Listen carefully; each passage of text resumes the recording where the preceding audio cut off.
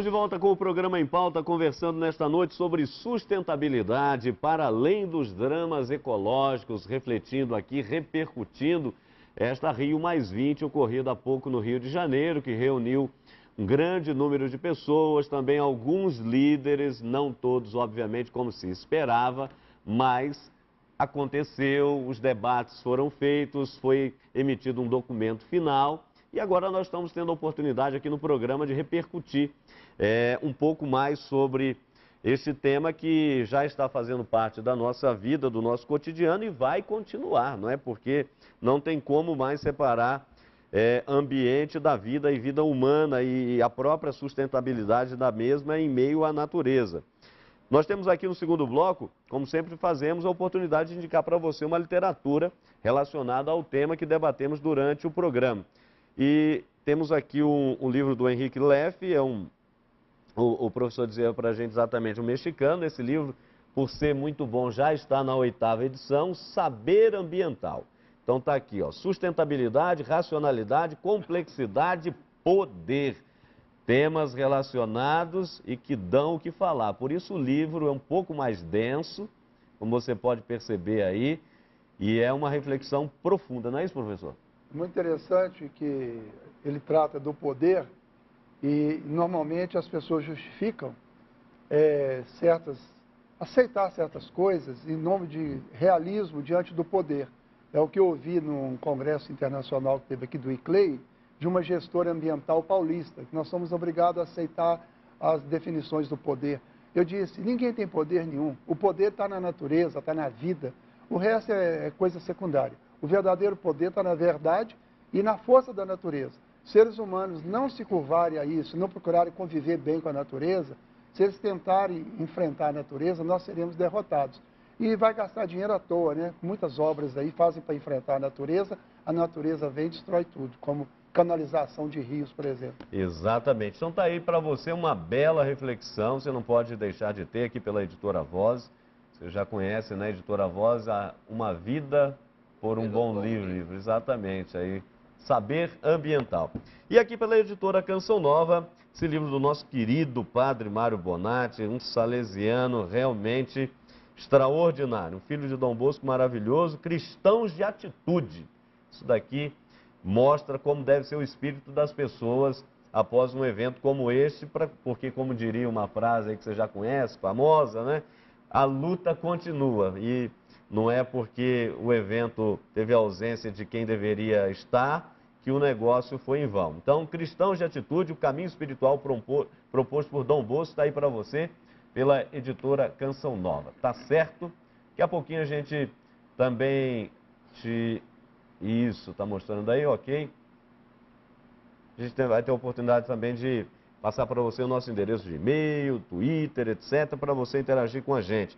Ô professor, agora vamos entrar um pouco mais na questão aqui, mas ainda tem um detalhe que chamou muita atenção, porque o pessoal das ONGs, né, as muitas que estiveram presentes, deram assim como que o presidente do Greenpeace, por exemplo, disse, olha, já que a conferência evidenciou uma crise de liderança, porque é esse o fato, está cada um somente querendo defender o seu interesse, questão econômica, que é o que prevalece, infelizmente tem prevalecido, ele diz o seguinte, olha, já chegou a hora das ONGs, então, ocuparem esse espaço que eles estão dando para a gente, não foi isso?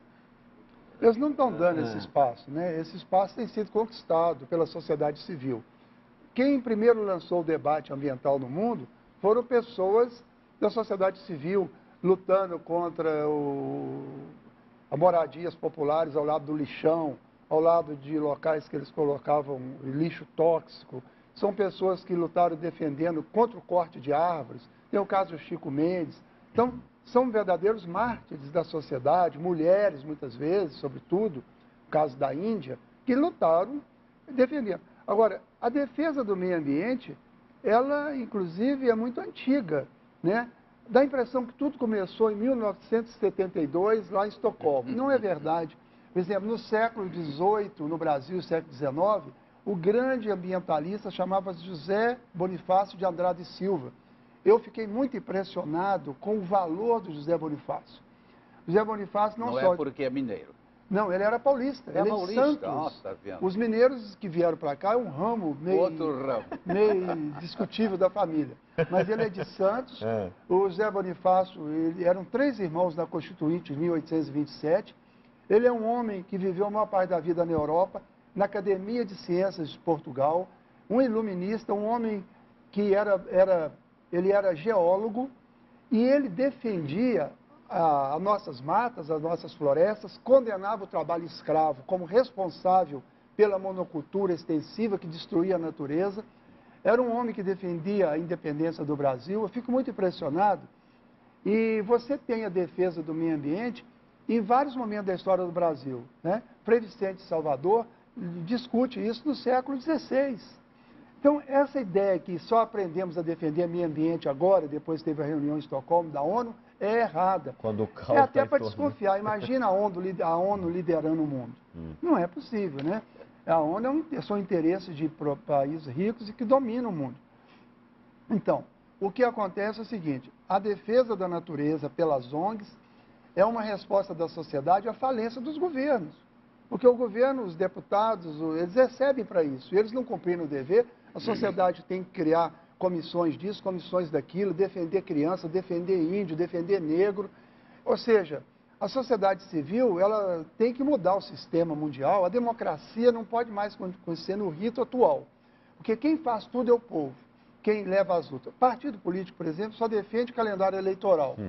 Então, essa questão da defesa do meio ambiente, ela não é partidária, ela é transversal, ela é sistêmica e ela passa por uma tomada de consciência nova. Agora, nós não podemos permitir que as ONGs se corrompam. Com a questão da sobrevivência, com a corrupção generalizada no país, é muito importante que as ONGs mantenham uma ética e que não entrem na situação de corrupção, porque é uma das últimas esperanças que o povo tem de uma liderança respeitável e com credibilidade. Agora, Frei Moser, como o professor disse, o debate já é antigo, o estudo já é antigo. Estou vendo aqui, por exemplo, o senhor escreveu um livro em 1978, né? Logo depois de Estocolmo, né? Ecologia, Desafios Éticos. Depois nós temos a Carta da Terra. E aí eu pergunto, na sequência da fala do professor, de lá para cá, a realidade mudou, melhorou ou piorou? Antes eu me permito fazer um comentário à colocação brilhante do nosso Apolo, né? Falando do Frei Vicente Salvador. Evidentemente era franciscano. E quem teve, eu diria, aquela intuição evangélica profunda da comunhão com a natureza, foi São Francisco de Assis. Sim. Então, eu diria, é o próprio da espiritualidade evangélica que depois vai se reencarnar na figura de Francisco de Assis e de todo o movimento franciscano, Irmão Sol e Irmã Lua. Bom, exato. Eu apenas faria a seguinte observação. O que mudou de lá para cá? A começar de 72, gostei que ele observou, não é bem por aí. Mas o que mudou? Mudou, de alguma forma, uma percepção de que estamos vivendo num mundo devastado. A desertificação é um fato, não há como negar. Né? E o Rio São Francisco, coitadinho, já nem consegue mais chegar ao mar, né? E ainda mais agora com aquelas obras que a gente não sabe se vão para frente ou vão para trás. Em todo caso, você tem a desertificação. Você não tem como negar a poluição, todo tipo, sonora e do ar e assim por diante. Então, todo mundo percebe isso, que algo não está indo para frente, não está certo. Agora, o que me parece que está mudando em certas camadas populares, sociais, é uma consciência nova de que não é através da exploração da terra, não é, que nós vamos como que retificar uma história que foi negativa, mas é através de uma nova consciência que daí vai gerar uma nova maneira de se relacionar entre os povos e com todos os povos, entre os povos e a natureza.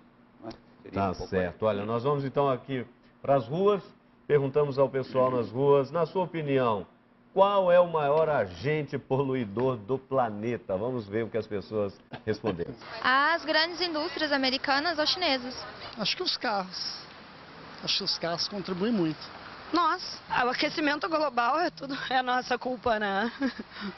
Pode ser os carros, né? Eu acho que o gás carbônico, o emissor que vem da gasolina, O petróleo. Os carros? Eu acho que é os carros. Ser humano. Os carros, as construções. Pois é, tá aí. As pessoas colocam as coisas de forma um pouco mais imediatas, né? Mas nós teríamos outros elementos a serem acrescentados, não é isso, professor? O carro não polui, porque o carro não anda sem motorista.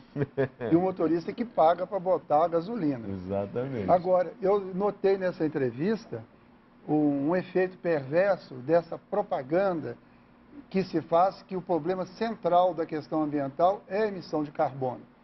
Vocês se lembram bem que o Al Gore era vice-presidente dos Estados Unidos na época do Clinton, e foi uma saída que o Partido Democrata americano teve de ter uma proposta ambientalista para ajudar na eleição do sucessor do Bush, e que não envolvesse a questão da guerra do Iraque, porque o Partido Democrata apoiou a guerra do Iraque. Eles não tinham bandeira diferencial do Partido Republicano. Então, o Al Gore, ao colocar a questão ambiental, ele teve o cuidado de não ferir os interesses das grandes corporações e disse que o problema simplificou a questão de carbono. Ou seja, se você plantar eucalipto, plantar cana, você está absorvendo o carbono em excedente, né, da queima do combustível fóssil, e aí você vai fechar o equilíbrio. E as pessoas embarcaram nisso. Você vê que várias pessoas colocaram a questão do carbono. Na verdade, a economia verde se baseia nisso, é uma falácia, ela quer reduzir a questão ambiental a uma questão de um balanço de carbono com a substância química, quando, na verdade, a questão ambiental ela é socioambiental, é uma questão que tem um conteúdo. Eu não vou resolver o problema ambiental no mundo sem mudar os princípios da produção e do consumo, sem questionar o desperdício, sem questionar a propaganda de supérfluos, sem questionar a dieta de consumo altamente de proteína animal. Então, o Al Gore quis apenas agradar o público eleitoral e satisfazer as corporações para não mudar nada. E ainda recebeu o prêmio Nobel. Na verdade, o grande eixo para poder mudar o mundo são as águas. Por que eu digo isso? Porque as águas, o espelho d'água mostra a nossa cara. O espelho d'água do vale, da bacia hidrográfica, ele espelha tudo o que acontece em volta, na produção, nas práticas humanas. Então, eu preciso de um eixo para mobilizar a população do mundo, que a solução só pode ser global, e articular um movimento em torno da água, porque se os rios botarem o peixe aos rios, se os rios você puder nadar, se as águas forem limpas, é sinal de que o homem criou juízo, ele está contendo a poluição. Você quer maior poluição do que o lançamento de esgoto nos rios? A maioria dos rios brasileiros estão se tornando esgotos. Então, os principais poluidores do mundo são lançamento de esgotos domésticos e esgotos industriais. E o desmatamento. Desmatamento e lançamento de esgotos são os maiores poluidores. O carro é um poluidor, mas não é o mais importante. Você tem o gás metano, você tem o óxido nitroso. O gás metano é muito mais poluente que o gás carbônico. Mas eu sou a favor de diminuir o consumo de combustível fóssil. Mas eu sou contra transformar o carbono na saída fácil de quem quer fazer meio ambiente sem mudar o sistema econômico. Sim, pois não, primo, você dizendo? Exatamente nessa linha, a última colocação do professor, sem mudar o sistema econômico. E não se muda o sistema econômico sem mudar a mentalidade. Ou seja, autocompreensão. Quem somos nós, seres humanos? Nós não somos donos do universo. Ele já existia antes de nós, continuará existindo depois de nós. Agora, a sabedoria humana consiste em conviver justamente com esse universo e conviver na fraternidade com esse universo. Sem isso, nós não sairemos dos nossos dramas. Agora, gostei dessa chamada da atenção. Os esgotos, quase não se fala disso, não é? Mas realmente está na hora de a gente acordar para esse efeito deletério. E depois a questão da água. Me parece, eu posso estar enganado, mas provavelmente uma das razões das próximas guerras mais generalizadas estará vinculado com a falta d'água. Né? Correr atrás da água. Como agora se corre atrás do petróleo, vai se correr atrás da água porque não vai mais existir. Tá certo. Segura aí um pouquinho, professor. Nós vamos para mais um intervalo. Você não saia daí não, porque depois nós queremos perguntar, obviamente, aqui é o Frei Antônio Musi, é o professor Apolo, mas Então, afinal das contas, se por um lado o interesse econômico, o investimento que se faz, porque temos que ter progresso, temos que avançar, se aqueles que estão à frente não são capazes de apontar essas soluções, elas devem partir de onde? Quem é que deve exercer esse papel de uma reeducação? Porque estamos falando aqui de sustentabilidade. Como fazer essa sustentabilidade, para além dos dramas ecológicos, acontecer? É o que a gente vai tentar responder aqui no nosso terceiro bloco. Então, um minutinho só, já já estaremos de volta.